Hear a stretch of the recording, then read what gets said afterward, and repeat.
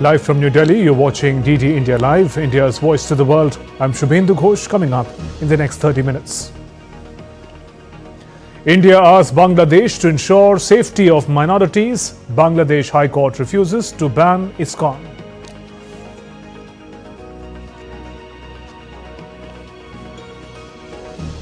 India doubles its exports in the last 10 years to meet exports target of $800 billion in this financial year.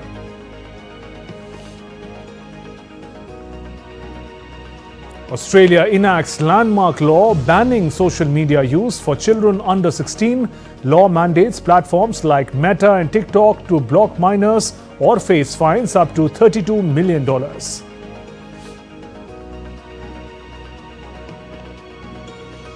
Sri Lanka dismissed for their lowest test total of 42 runs against South Africa in Durban.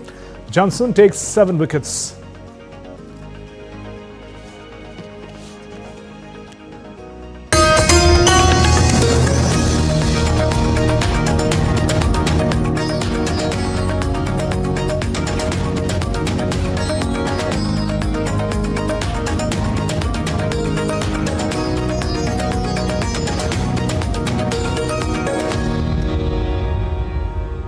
India has called upon Bangladesh to ensure safety and security of Hindus and all minorities and their places of worship.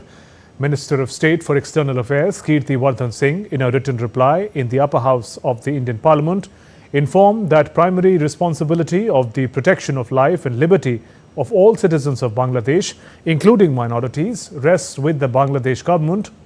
Several incidents of desecration and damages to Hindu temples and deities in the neighbouring nation have been reported in the past few months. The minister replied that India has expressed concerns about such incidents, including attack on a puja mandap in Thanti Bazar, Dhaka, and the theft of Jeshwareshwari Kali temple at Satkhira during Durga Puja this year. Meanwhile, the Bangladesh High Court on Thursday refused to ban ISKCON. This comes after it was informed that the authorities concerned have taken necessary measures in this regard.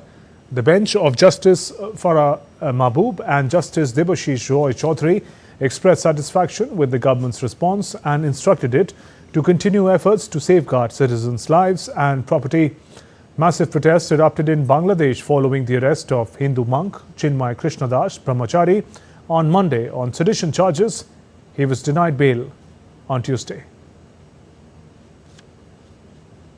India's Commerce and Industry Minister Piyush Goyal has said India's growth across sectors has made it an attractive investment destination. Speaking at a press briefing in New Delhi on Thursday, the minister noted that despite persistent global challenges, India's exports have doubled in the last 10 years, adding that the country will meet the exports target of $800 billion in this financial year. 24-25. We expect to cross $800 billion of exports for the first time in India's history.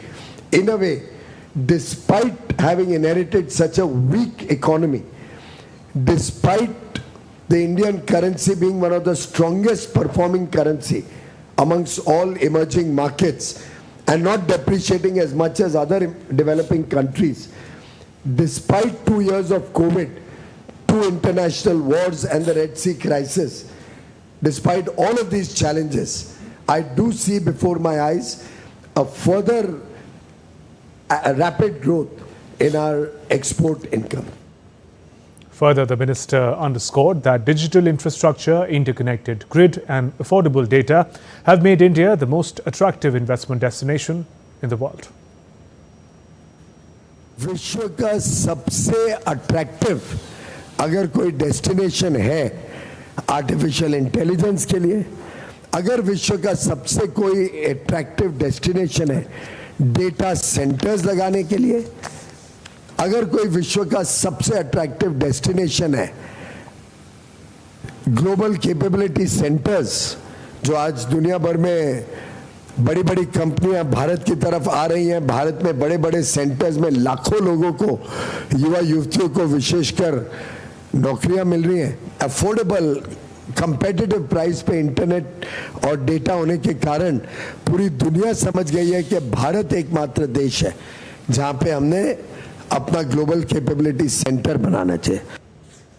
The Minister Goyal also informed that India will continue its talks with the UK on free trade agreement after the Parliament winter session. India has climbed up the 11 slots to be among the top 50 countries in the latest Network Readiness Index. India is now placed at 49th rank globally, up from 60th position last year. NRI 2024 report maps the network readiness landscape of 133 economies based on performances in 4 different pillars: technology, people, governance and impact. The country's score improved from 49.93 in 2023 to 53.63 in 2024.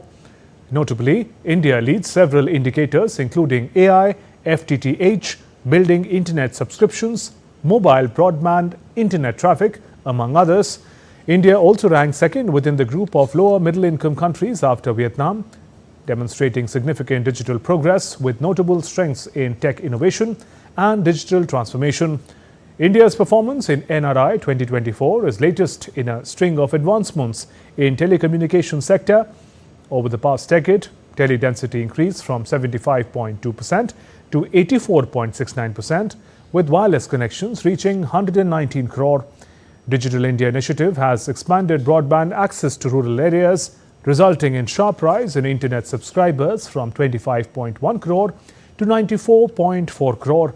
Further, India launched 5G services in 2022, rapidly improving its global mobile broadband speed, ranking from 118 to 15. The country now aims to position itself as a leader in future telecom technologies with Bharat 6G vision. India took centre stage in global trade discussions on Thursday as Central Board of Indirect Taxes and Customs hosted the Global Authorized Economic Operator Conference in New Delhi. The event is titled India AEO Dialogue, Enhancing Global Trade Partnerships. Inaugurating the session, CBIC Chairperson Sanjay Kumar Agarwal emphasized India's pivotal role in offering tangible cost-saving benefits for countries worldwide. AEO program is a vital initiative aimed at identifying, secure and compliant exporters and importers, ensuring faster and more efficient customs processes. This step reinforces India's efforts to enhance trust and collaboration in global trade partnerships.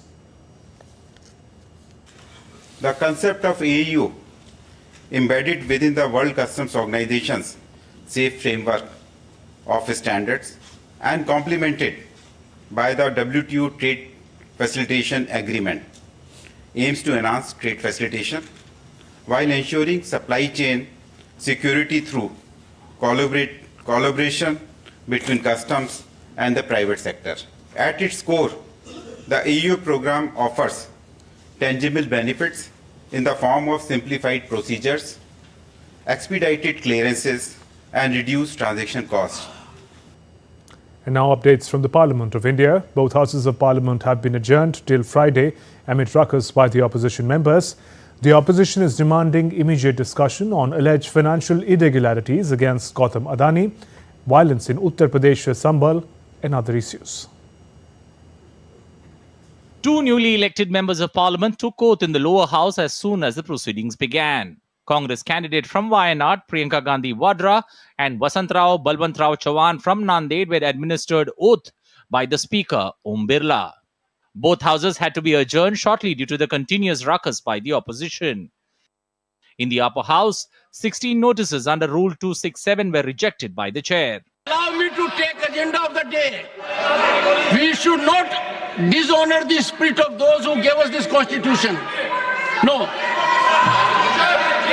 There is no reason for us not to proceed with the house. Sorry. The house stands adjourned to meet at 11 a.m. on Friday, the 29th November 2024. In the lower house, immediately after the motion for the extension of the tenure of the Joint Parliamentary Committee on the Waqf Board Amendment Bill was passed, the House had to be adjourned. The tenure of the JPC has now been extended till the last day of the budget session. With Vishal Baristo, Anil Thomas for DD India. In a significant move to tackle air pollution in Delhi NCR, Commission for Air Quality Management held its 19th meeting on Thursday. Key decisions included enhanced enforcement against dust pollution from construction sites and stricter penalties for stubble burning violations. The CAQM has delegated powers to pollution control boards and district magistrates for prosecuting violators and levying fines up to 30,000 rupees for stubble burning incidents. Construction sites violating dust control norms now face closure and environmental compensation charges. The Commission reviewed actions under Graded Response Action Plan, with hybrid learning in schools mandated during GRAP Stage 4. Flying squads and pollution control boards were urged to intensify inspections across industries and construction sites. With air quality remaining critical, CAQM reaffirmed its commitment to stringent monitoring, ensuring quick action and accountability across sectors to mitigate pollution in the region. Some weather-related updates now. Sri Lanka continues to face severe weather conditions due to deep depression in the southwest Bay of Bengal. As per Met Department, in Sri Lanka, the depression was located 110 kilometers northeast of Tricomli at around 5:30 a.m. local time today. The death toll due to the adverse weather has risen to 12 in the island nation, while 2 people are reported missing. The Disaster Management Center reports that over 330,000 people across 23 districts have been severely affected. It is expected to move slowly north-northwestward, closer to Sri Lanka's east coast, and likely to intensify into a cyclonic storm. Over 27,000 individuals have taken refuge in 267 safety shelters, while over 61,000 people have been relocated.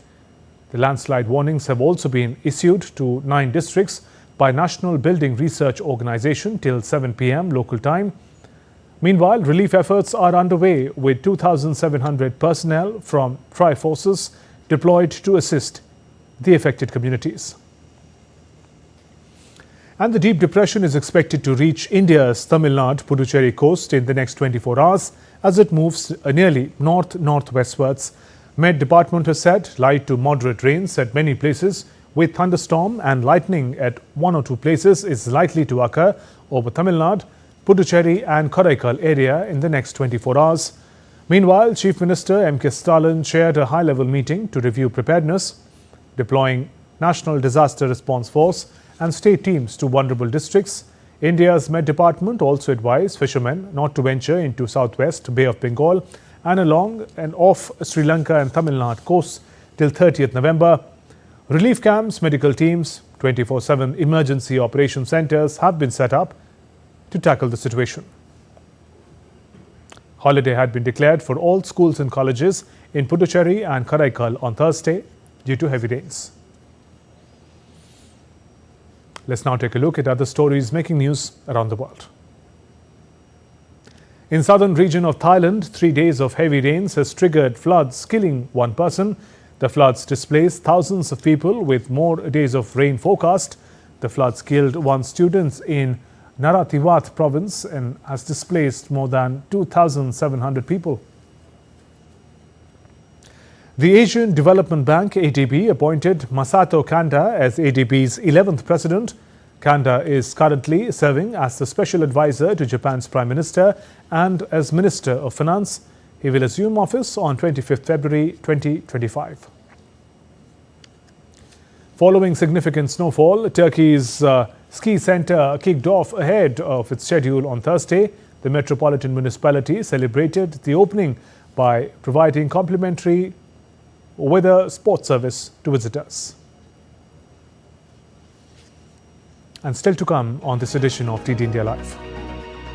Russia strikes Ukraine's energy infrastructure.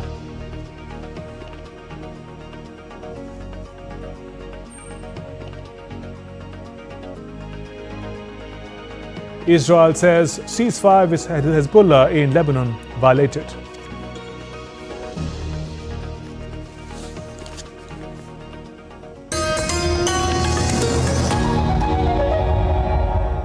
जिंदगी की हर छोटी बड़ी जरूरत के लिए आप जो सपने सजाते हैं, बस उसी उम्मीद को तो हम सहारा लगाते हैं।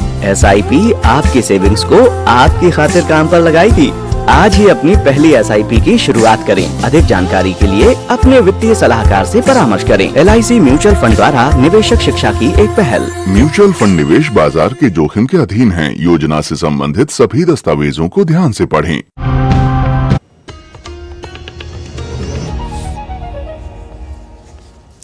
You're watching DT India Live. I'm Shubhendu Ghosh. Some news from Australia. The Australian government has imposed a sweeping ban on social media for children under 16. This stringent measure positions the country as a global leader in regulating big tech. The law mandates platforms like Meta and TikTok to block minors or face fines up to $32 million. Enforcement trials will begin in January 2025, the full ban taking effect by November next year. The number of countries have vowed to curb social media use by children through legislation, but Australia's policy is one of the most stringent till date. Last year, France proposed a ban on social media for those under 15, but users were able to avoid the ban with parental consent. Russia on Thursday conducted airstrikes on Ukrainian cities of Odessa, Kropivinsky, Kharkiv, Rivne and Lutsk. The massive strike involved use of cruise missiles and drones that targeted energy infrastructure, leaving hundreds and thousands of people without power. Temperatures dropped to freezing 0 degrees Celsius across the country, pushing cities into darkness and cutting off heat to civilians as winters approach. Ukraine has declared a countrywide air raid alert due to incoming missiles. After the strike, Ukraine disconnected several nuclear power units from the network.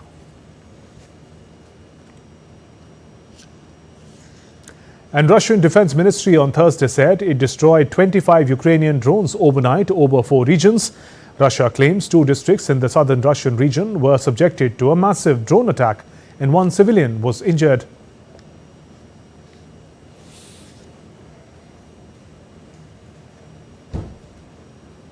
Russian President Vladimir Putin has said on Thursday that Russia is selecting targets in Ukraine that could include decision-making centers in Kiev in response to Ukraine's long-range strikes on Russian territory with Western weapons. Russian attacks have not so far struck government buildings in Ukrainian capital. Kiev is heavily protected by air defenses, but Putin says Russia's Oreshnik hypersonic missile, which it fired for the first time at a Ukrainian city last week, is incapable of being intercepted.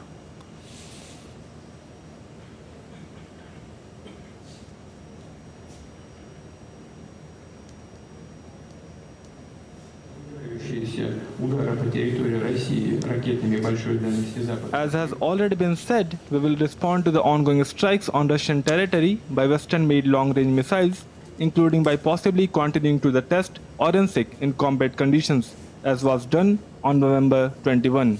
At present, the Ministry of Defense and General Staff of the Russian Army are selecting targets to hit on Ukrainian territory. These could be military facilities, defense industry enterprises, or decision-making centers in Kyiv. Это могут быть военные объекты, предприятия оборонной промышленности или центры принятия решений в Киеве. The Israeli military has said on Thursday Air Force struck a facility used by Hezbollah to store mid-range rockets in southern Lebanon. First such attack since a ceasefire took effect on Wednesday morning. Earlier, Israel's military said that it had detected presence of suspects in several areas of southern Lebanon, calling it a violation of the ceasefire with Hezbollah. The Israeli military had urged residents of towns along the border strip not to return yet for their own safety. Meanwhile, thousands of Lebanese displaced by the conflict between Israel and Hezbollah returned home on Wednesday as a ceasefire took hold, driving cars stacked with personal belongings and defying warnings from Lebanese and Israeli troops to stay away from some areas. The truce in Lebanon could give reprieve to 1.2 million Lebanese displaced by the conflict and tens and thousands of Israelis who fled their homes along the border.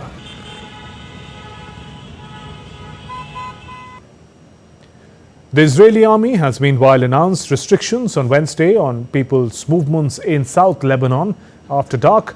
Israeli army spokesperson Daniel Hagari advised Lebanese civilians to stay away from the area where Israeli forces are stationed.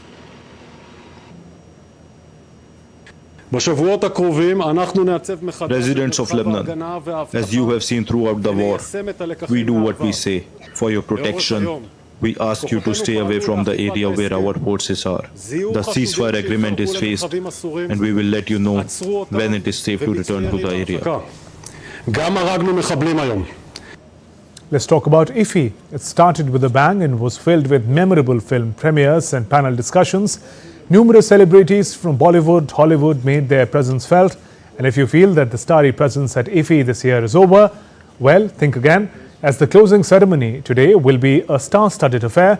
In all, IFFI has been a platform for fostering deeper understanding and appreciation of cinema. It provided a single platform for ambitious filmmakers, cine lovers and industry professionals to have access to excellent cinema from across the world. And ahead of the closing ceremony of IFFI, daughter of Australian director Philip Noyce speaks with DD India and shares her excitement as her father will be bestowed with the most prestigious Satyajit Ray Lifetime Achievement Award at the closing ceremony of the 55th IFFI. Here's more. The stage is all set for the closing ceremony of the 55th edition of International Film Festival of India, and the spotlight will be on Mr. Philip Noyce, who's going to be awarded with the prestigious Satyajit Ray Lifetime Achievement Award. We have the daughter of Mr. Philip Noyce, Miss Inda Noyce, joining us. Many congratulations to you, because your father is being honored with the most prestigious award of cinema here in India. How are you feeling about it? I'm very proud of him, and he's worked very hard. I see him at home all the time, working very hard, so I'm very proud of him that he is being honored tonight. What is the best part of India that you've come across so far? I really enjoy the cuisine and exploring the different parts of India and like the different restaurants, because it's very different from LA. So there you heard Amanda how excited she is ahead of the closing ceremony, because it is going to be a night to remember. With camera person Ajit, this is Deepika reporting for DD India from Goa. And in sports, fast bowler Marco Johnson took 7 wickets for 13 runs as South Africa skittled Sri Lanka for just 42 in their first innings. On second day of the first test in Durban on Thursday, it was the lowest total in Sri Lanka's test history. The lowest total ever in test cricket remains 26 by New Zealand against England in 1955. Earlier, South Africa were bowled out for 191. Captain Temba Bavuma top scored with 70. And Australian Prime Minister Anthony Albanese met Indian cricket team ahead of their upcoming warm-up match against Prime Minister's 11 starting on November 30th. Australian PM shared pictures of him interacting with Indian cricketers, including Captain Rohit Sharma and Virat Kohli on social media platforms. Albanese also met with Prime Minister's 11 team, which is led by Jack Edwards. India secured a thumping win against Australia in the opening test. The second one starts on December 6th. And reacting to Australian Prime Minister's meeting with players, Prime Minister Modi posted on X. He said, "Glad to see my good friend Prime Minister Anthony Albanese with Indian and PM's 11 teams. Team India is off to a great start in the series, and 1.4 billion Indians are strongly rooting for the men in blue. I look forward to exciting games ahead." And that's all for this edition of DD India Live. Let us know your thoughts on the news of the day. For those on the go, you can get all the latest news and updates from India and across the world on DD India mobile app.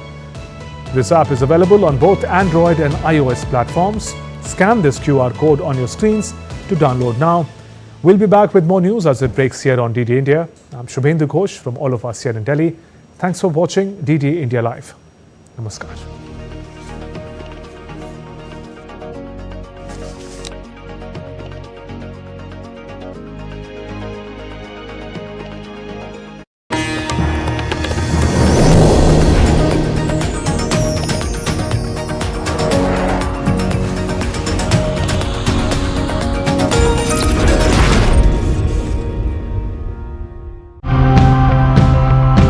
We are living in times where things are changing at an unforeseen pace. And at the forefront of many of these positive changes are strong individuals who are looking towards the future. Through the stories I tell, I try and sort of reignite that intuitive sense of how close we are to nature and how much there is to learn from it. Organic farming, it also helps you not only reduce the carbon footprint, but also help adapt because you are promoting natural farming. Very lightweight, but it makes you feel that you don't have to eat too much. In this NFT channel, we use net cups with cocoa peats on it. This helps to penetrate the roots. There will be nutritious water flowing through the channel that supplies essential nutrients for the plant.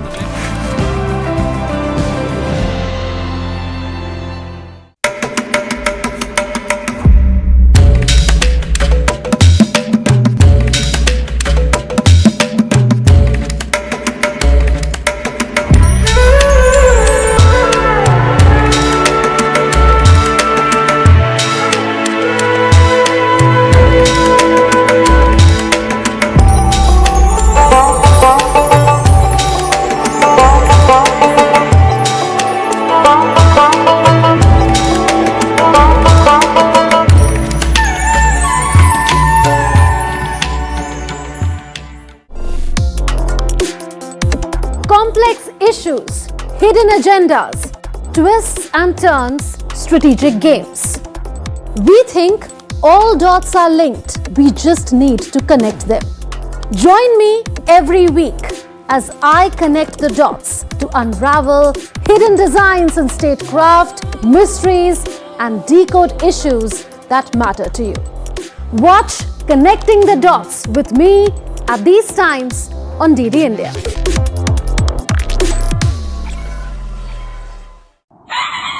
स्वागत आहे to magnetic Maharashtra.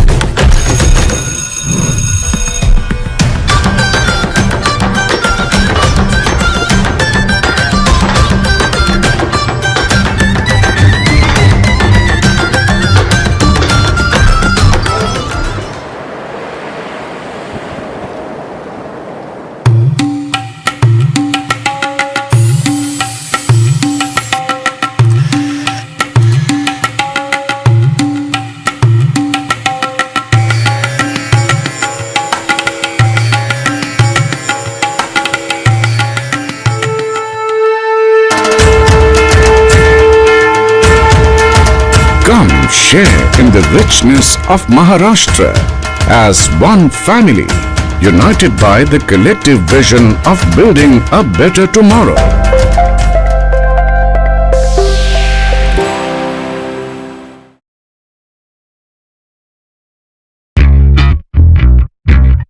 I'm on a quest to explore the history of Goa.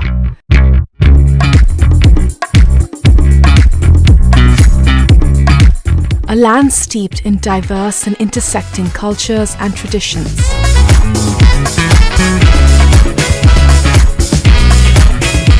I think this is one of my favorite pieces of art in the city.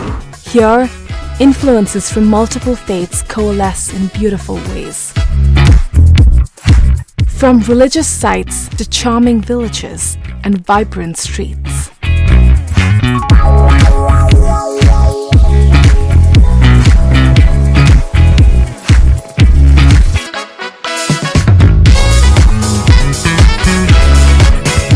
Watch Postcards from Goa on National Geographic.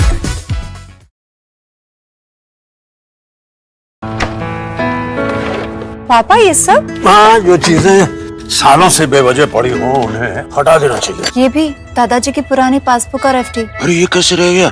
पैसे गए? नहीं, उपाय है। Bank खाते को संचालित करते रहना चाहिए, वरना खाता इनऑपरेटिव हो जाता है। ऐसे में